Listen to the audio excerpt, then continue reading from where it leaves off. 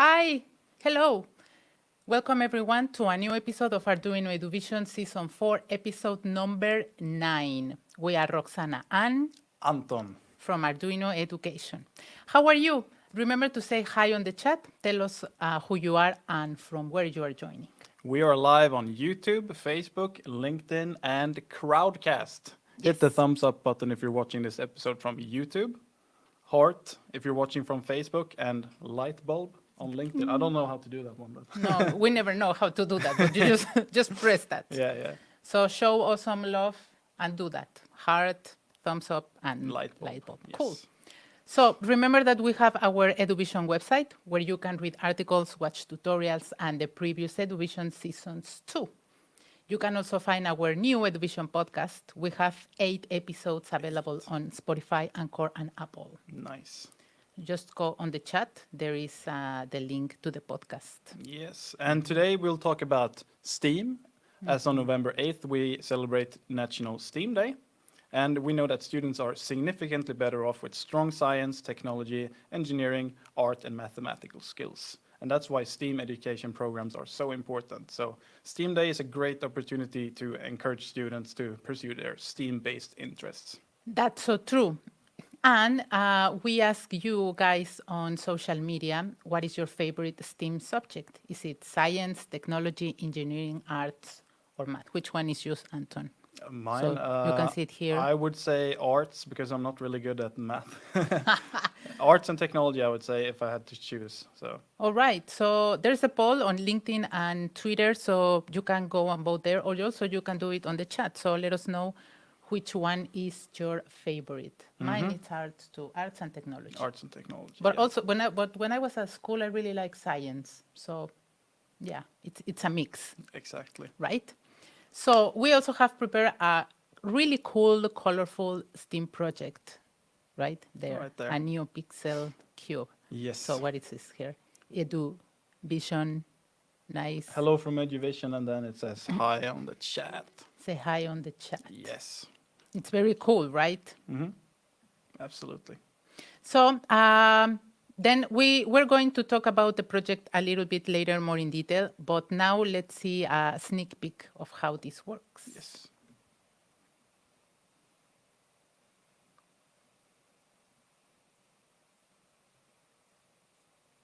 Or not.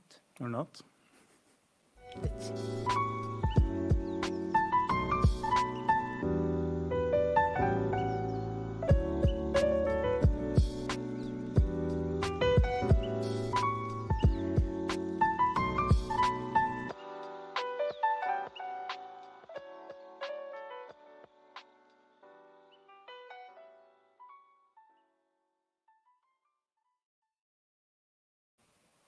Nice. Cool. Nice.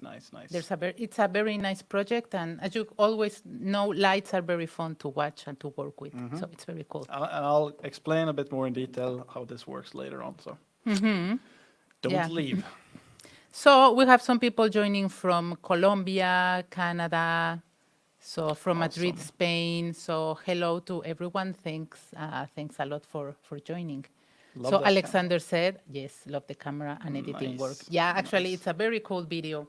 So, and also the project it's very nice. So as we mentioned, later on, Anton will explain a little bit more how the project works and what components he used, right? Yes. So, but also if you need some great ideas to get children and students involved in activities centered around STEAM, we have on our website an article called 5 Ways to Celebrate STEAM Day with some fun recommendations, from watching a STEAM-related movie to finding your STEM idol. So Nice. that's very cool. So it's time to talk with our special guest, William Church. Nice. Yes, Bill Church is a former science public school physics teacher who has used computer science, engineering, design challenges, inquiry, and technology toolsets in classroom for over 20 years. And Bill has presented his work on project-based learning at many national and international conferences and co-authored a book of classroom activities entitled Physics with Robotics. That's right. And also, Bill is currently the executive director of White Mountain Science, a STEM outreach and curriculum development organization in northern New Hampshire in the US. And Bill and the Whimsy team are regular collaborators with STEM education innovators near and far. So let's hear Bill sharing his insights and experience about STEM education. And by the end, he also uncovers a special talent Right. of his. Yes. Very, very funny, and it's very good, the interview. So let's take a see. look.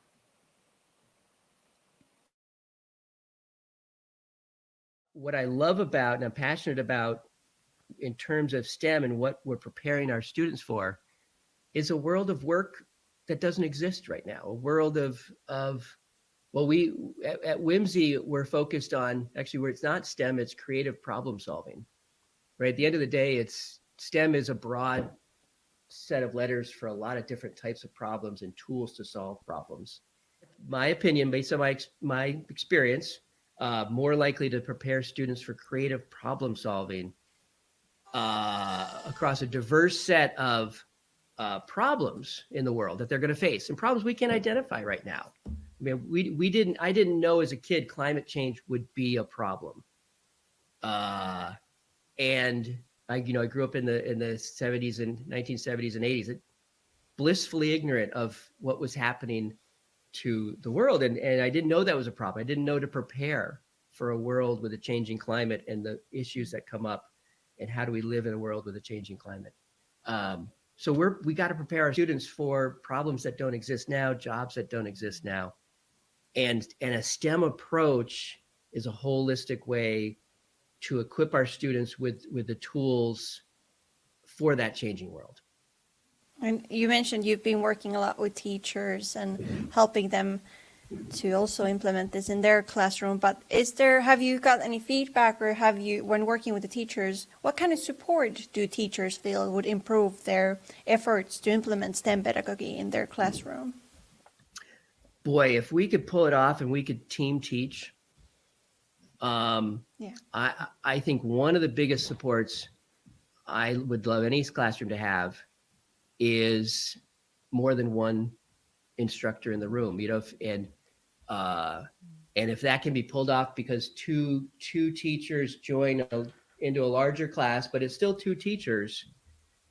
When that can happen, that's great. And any way we can get more than one instructor in the room helping to guide and coach the learning, it makes these sort of more challenging project-based learning curriculum, it makes them easier to do. It's not as right. Many hands make light work. Yeah, having teachers from different subjects, then they could actually cover both of what they have to cover in terms of the curriculum, but over one project. I've heard from teachers that it can be tricky to evaluate these projects or evaluate their design process, or what is the outcome of this teamwork. Do you have some tips? How can we do that? How would you do that then, without having exams, for example? No, boy, you're absolutely right. The challenge of grading this was far more exciting or worth it because my students were engaged. I would walk in the classroom and the parts and pieces for the projects they were doing would just come off the shelves and onto their desks, and they were working. And there were certainly moments when students stayed late at night to work or came in on a weekend. So this idea of, oh my gosh, I'm not having to plan these lectures every single day. Yes, it's a challenge to figure out how to grade this, but it's picking your challenge. So I pick these engaging projects so I don't have to do the zillions of lectures, and even grade. I would call it or I learned it from a teacher, this phrase, I'd bring my bag of papers home, tests, essays, etc. And I called it my little bag of guilt, because I wouldn't touch it. I'd bring it back the next day, and I hadn't graded anything. So now you ask the valid question of how did we grade it? And really the end of it was trying to figure out what's the process. What are students going through parts of the process? So, and some of it's yes, no, it's a 1 or a 0. Some of it is showing up on time, using most of the class period effectively, resolving conflict with your team. He'll have a whole list of things on a checklist, and between the group and himself, They'll just put ones and zeros there. And it's okay if you get a 0 on a day. There was a bad day. You didn't get along with your teammates. That's okay. A single point in a big project's not going to sink your grade. I try to tell students, if we're worried about just a single point or the difference between an B- and a B, let's talk about it later. Let's come back to it. It'll be reasonable to change that grade if that's what is needed. When we're doing this approach here, I'm helping to prepare you in a very broad way for life. You know, you're not going to necessarily memorize the fact that can impress somebody at the dinner table and impress somebody in an interview in the moment, but you're going to learn skills that help you have growing opportunities in your life. And so I'll be honest with the students, that's what I'm aiming to prepare for. And then when I need to prepare them for a test, I'll say, okay, folks, we've done this for a while. Let's try our best. Let's try on. I mean, let's do our best here. Let's take a week. Let's cram. Let's study. Let's try to look at the test as another project to try to prepare for. But we'll it's like, what's that balance between preparing for the test if the students have to take a test, or the college class if they have to do that? I try to say I want to try to get by preparing you for that. Admit that I'm not preparing you maybe as well as other places for that single thing, the AP physics exam. But we're going to try to do enough to get by. And anyway, so I guess really being honest with students and families about what we're preparing for. Then our last question, tell us something interesting about yourself most people don't know. So I got into juggling. Okay, this is exciting. So I'm going to tell my mom this. I juggled on live TV. Okay, I'm going to try to juggle. So nice. It's so fun. And but when I try to juggle it, I've got to take a risk, because juggling for me is not catching them, it's dropping them. Okay, let me, all right.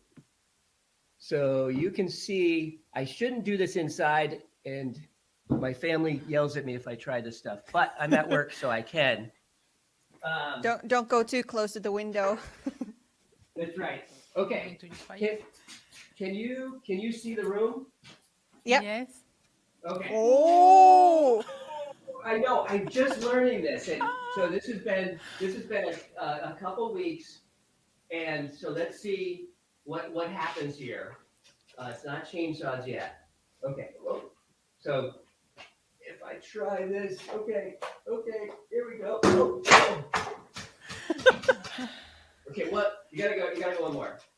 Yeah. Nice. Wow. There were a few ones. Nice. Good job. That's actually really hard to do. All right, let me cut transition. Okay. That was awesome. I know. And that just trying to learn new stuff is and it's another thing that helps me, boy, in the past 2 years, to take these moments and try to reset my brain, because there's so much to think about and worry about. And so the juggling, but what I do, and we all have, or not all, but some of us have these exercise watches and things. And when we have these days and we're on Zoom meetings for hours and hours, just chasing the juggling balls around the house, or the clubs outside, because I'm good. I know I'll break things in the house if I do that at home. But anyway, so that might be something people don't know. And thank you for indulging me. And that's very cool. Yes. And now they know. Now they know. They will. So now they expect more. Yeah, exactly. What is the next thing you can throw? That's right. Well, I'd always joke with my family saying, I always wanted to run away to the circus. Yep. So You can still do that. Yeah. and schools to some extent have been my circus, so that's wonderful. Yeah. It's been really inspiring to talk with you. Yes. I really liked our discussion. Thank you for today. Thank you so much, Bill. Oh, such a great pleasure to be here. Thank you.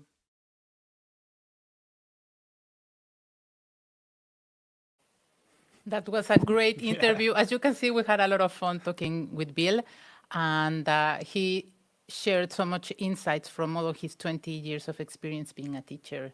So it was very fun. And I like that he has his juggling stuff in his office in case he gets bored. He can just Yeah, start and juggling. like they say, like sometimes you need to disconnect and, Yeah, and try yeah. different things and learn new different things. So it's very cool. For sure.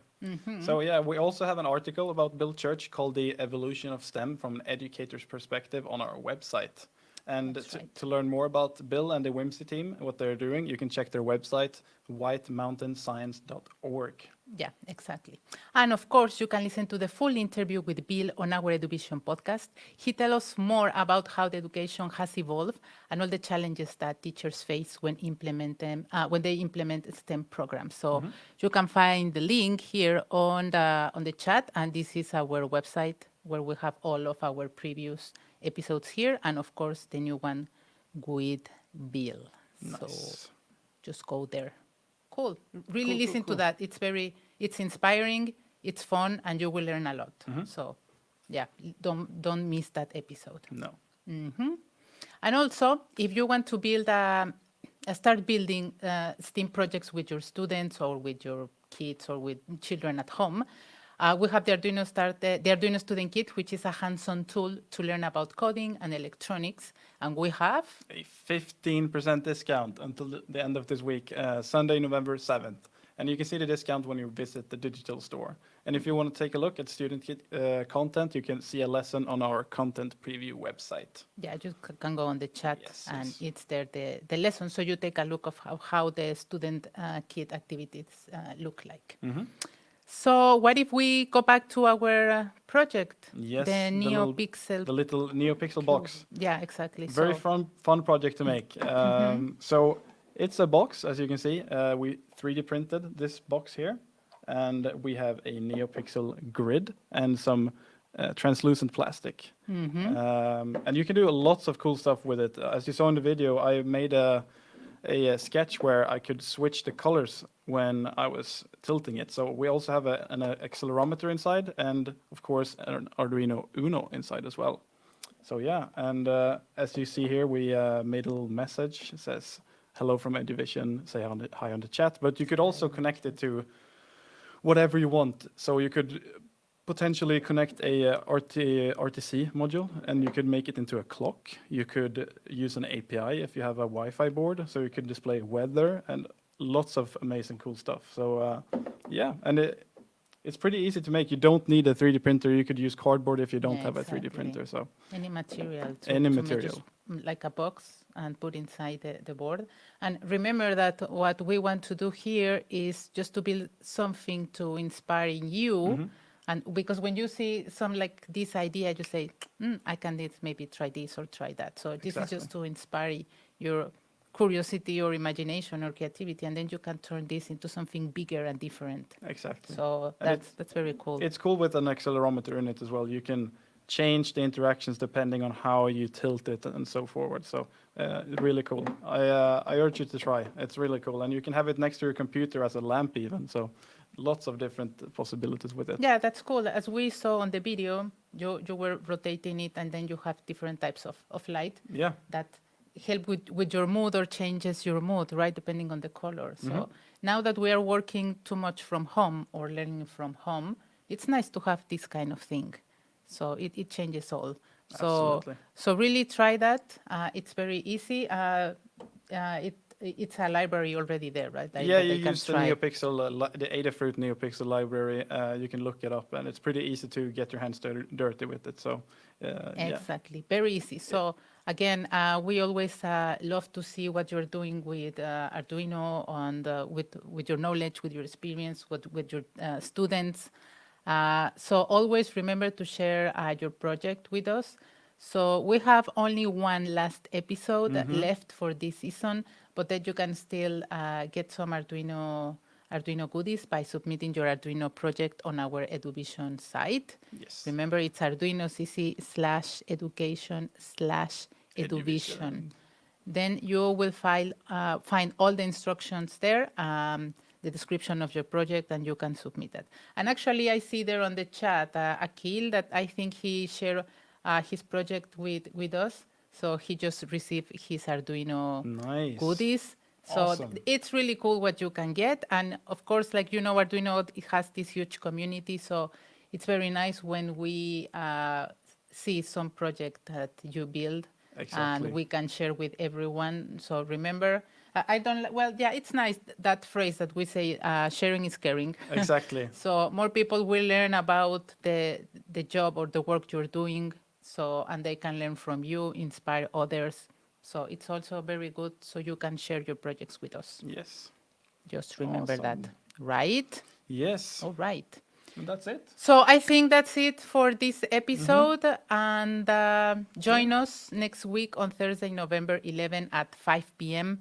Central European Time for the EDUvision Season 4 finale, last episode, episode 10, and celebrate with us World Science Day. Yes, and we will talk with Dr. Erica Colon, a national board certified teacher and founder of Nitty Gritty Science, a platform that provides resources for educators, such as science curriculums for secondary science classes, and not only to engage students, but also help them master the science. Yeah, she's very active on social media. So if you already want to know what she does, you can go to Nitty Gritty Instagram, TikTok. So she Check has it out. Yeah, she has a bunch of cool ideas with science. So check that out.